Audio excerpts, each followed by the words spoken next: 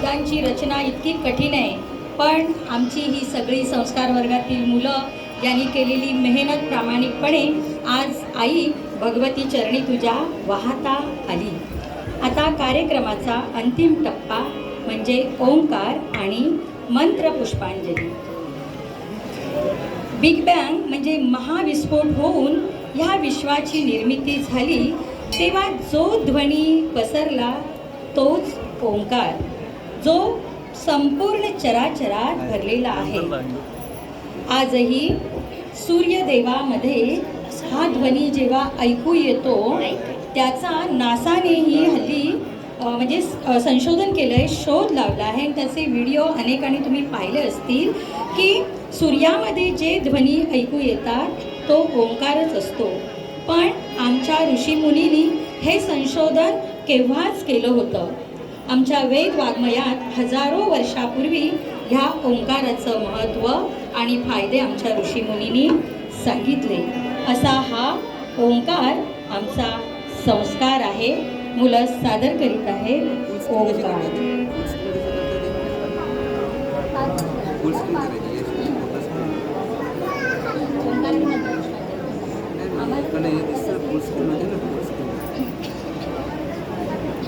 आता नाही होणार, रेकॉर्डिंग झालं.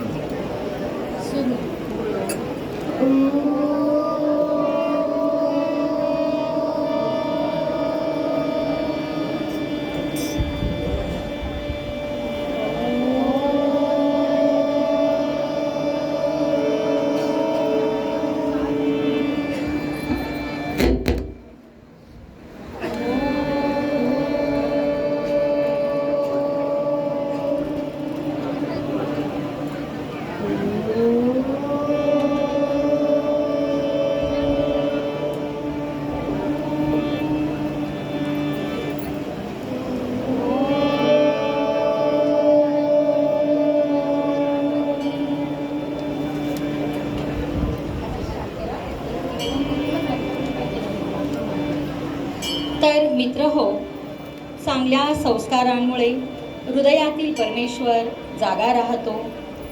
दीन भुकेला दुःखी दिसता आधाराचा हात पुढे होतो.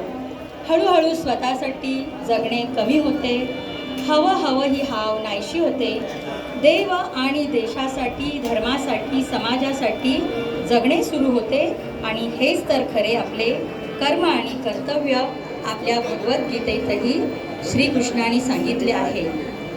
आपलं शासन, आपला राजा आणि आपली प्रजा या सर्वांनी आपली कर्तव्य योग्य पूर्ण करावी आणि त्यासाठी त्यांना चांगली शक्ती आणि सद्बुद्धी प्राप्त व्हावी, यासाठीच त्या परमेश्वराला नियमित अर्पण करण्याची ही मंत्र पुष्पांजली म्हणजेच आपली राष्ट्र प्रार्थना आमची मुलं सादर करीत आहेत. मंत्र पुष्पांजली.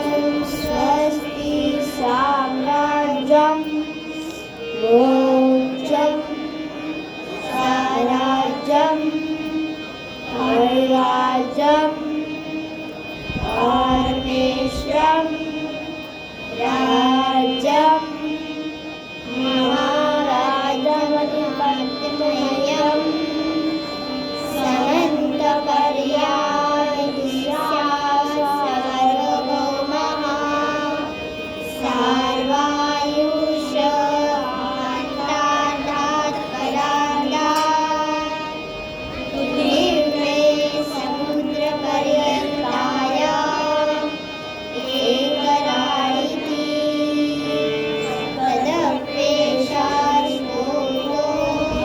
विविधो भवन्तः परिवेशारो मन्तस्यावसरे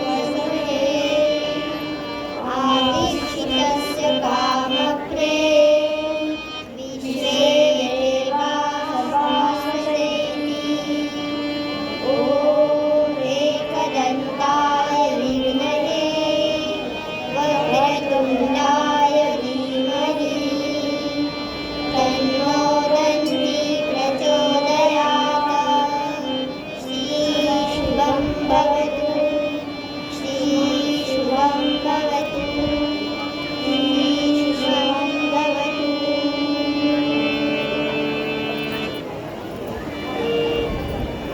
ॐ शान्तिः शान्तिः शान्तिः।